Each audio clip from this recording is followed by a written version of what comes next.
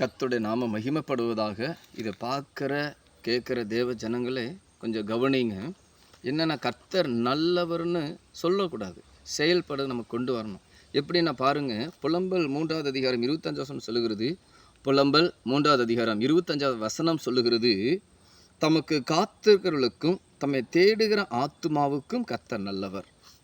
காத்திருக்கிறவர்களுக்கு என்னவா? தேடணும், காத்திருக்கணும். கர்த்தர் நல்லவர். அதே போல தான் சங்கீதம் 73வது சங்கீதம் முதல் வசனம் சொல்லுகிறது. சங்கீதம் 73 முதல் வசனம், சுத்த இருதயம் உள்ளவர்களுக்கு இஸ்ரவேலுக்கு தேவன் நல்லவராகவே இருக்கிறார். சுத்த இருதயம் இருந்தால் தேவன் நல்லவராகவே இருக்கிறார். காத்திருக்கணும், தேடுகிற ஆத்மாவுக்கு கர்த்தர் நல்லவர். கர்த்தர் நல்லவர் சொல்லும் பொழுது அவர்கிட்ட நம்ம ஆலோசனை கேட்கணுங்க. சங்கீதம் 32வது சங்கீதம் 8வது வசனம் சொல்லுகிறது. சங்கீதம் 32வது சங்கீதம் 8வது வசனம் சொல்லுகிறது, நான் உனக்கு போதித்து நீ நடக்க வேண்டிய வழியை உனக்கு காட்டுவேன், உன்மேல் என் கண்ணை வைத்து உனக்கு ஆலோசனை சொல்லுவேன். நான் உனக்கு போதித்து நீ நடக்க வேண்டிய வழியை உனக்கு காட்டுவேன், உன்மேல் என்னை கண்ணை வைத்து உனக்கு ஆலோசனை சொல்லுவேன்.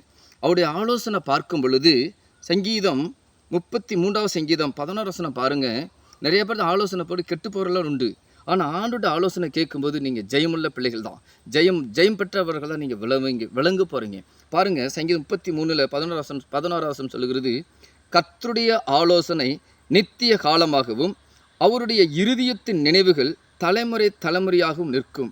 கர்த்தருடைய ஆலோசனை நித்திய காலமாகவும் அவருடைய இருதயத்தின் நினைவுகள் தலைமுறை தலைமுறையாகவும் நிற்கும்.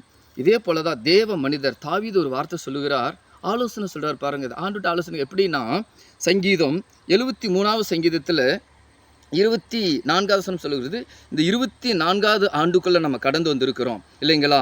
ஆனால் அது தாவீது பாருங்கள், உம்முடைய ஆலோசனையின்படி நீரை நடத்தி, உம்முடைய ஆலோசனையின்படி நீரை நடத்தி முடிவிலே என்னை மகிமையில் ஏற்றுக்கொள்வீர். கர்த்தாவே, இதை பார்க்குற கேட்குற ஒவ்வொருவருக்காக நன்றி செலுத்துகிறோம். கர்த்தாவே, சங்கீதம் 32:8 நான் உனக்கு போதித்து நீ நடக்க வேண்டிய வழியை காட்டுவேன், உண்மையில் கண்ணத்தின் ஆலோசனை சொல்லுவேன் என்று வார்த்தைப்படி பிள்ளைகளை படிக்கிற காரியங்களில், ஆண்டவரே வேலை செய்கிற காரியங்களில், ஆண்டவரே 1 சாமுவேல் 10வது அதிகாரம் 7வது வசனம் சொன்னது போல சமயத்துக்கேற்றபடி செய், தேவனோடு கூட இருக்கிறார் என்று வார்த்தைப்படி ஆண்டவரே ஆலோசனை கேட்டு அதன்படி செயல்பட கர்த்தர் கிருபை தாரும், காத்துக்கொள்ளும். கர்த்தர் இயேசு கிறிஸ்து நாமத்தில் கேட்குற நல்ல பிதாவே, ஆமீன்.